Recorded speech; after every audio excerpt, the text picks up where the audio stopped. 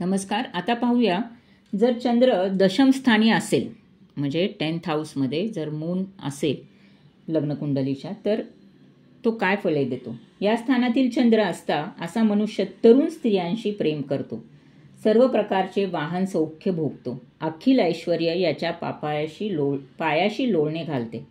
हे स्थान अत्यंत महत्त्वाचे आहे. या ठिकाणी चंद्रासारखा शुभग्रह फारच उत्तम फले देताना आढळतो. अशा स्थितीत व्यक्तीचा सार्वजनिक क्षेत्राशी संबंध येतो. यांना मोठमोठ्या मानाचा व कीर्तीच्या जागा मिळतात. यांची कीर्ती लोकांच्या लहरीवर अवलंबून असल्याने जीवनात अस्थिरता असते. व्यवसाय धंद्यात मोठ्या प्रमाणात उलाढाली व घडामोडी होत राहतात. फिरतीच्या धंद्याशी व बदलीच्या नोकरीशी यांचा संबंध येतो. सरकारी, निमसरकारी व बँक अशा नोकरी निमित्ताने संबंध असतो. शिपिंग व प्रवासी कंपन्या, लोक उपयोगी व जीवन उपयोगी वस्तू व स्त्रियांसंबंधीचे व्यवहार, चालणाऱ्या संस्था इत्यादी ठिकाणी यांचे कर्मजीवन असते. या स्थानातील चंद्र ही कीर्ती मिळवून देणारा आहे. लोकांमध्ये ही माणसे प्रसिद्ध असतातच, शिवाय यांना राजदरबारी सरकारकडून मानाची पदे मिळतात. ही माणसे कुलांमध्ये श्रेष्ठ व समाजामध्ये सज्जन म्हणून वाखणली जातात. यांचे जीवन आनंदी व तृप्त असते. ही माणसे कोणत्याही क्षेत्रात असतो, लोक यांच्याबद्दल चांगले उद्गार काढतात. या दृष्टीने ही माणसे सुदैवी असतात. काही विशिष्ट गुणांमुळे व कार्यांमुळे ही माणसे स्मरणात राहतात.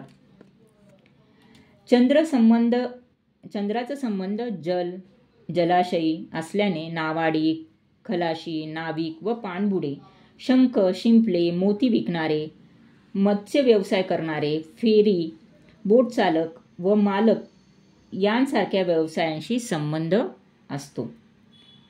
शेती, बागायती, पोल्ट्री, नर्सरी, हॉटेल्स, चहा, कॉफीची स्टॉल्स, नर्सिंग, दूध वा तत्सम धंदा, माळी, पेय विक्रेते या स्थानांचा चंद्र दर्शवतो.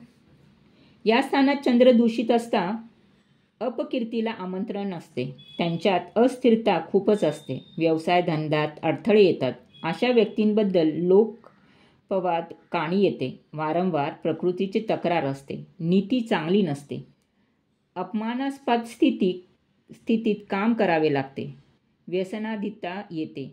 पापग्रहायुक्त चंद्र असताना अशा व्यक्तींना प्रचंड लोकशोभेस तोंड द्यावे लागते.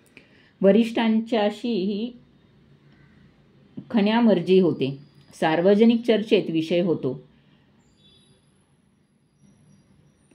ऐन केन प्रकरणी या प्रसिद्धीच्या झोतात आणणारा योग आहे.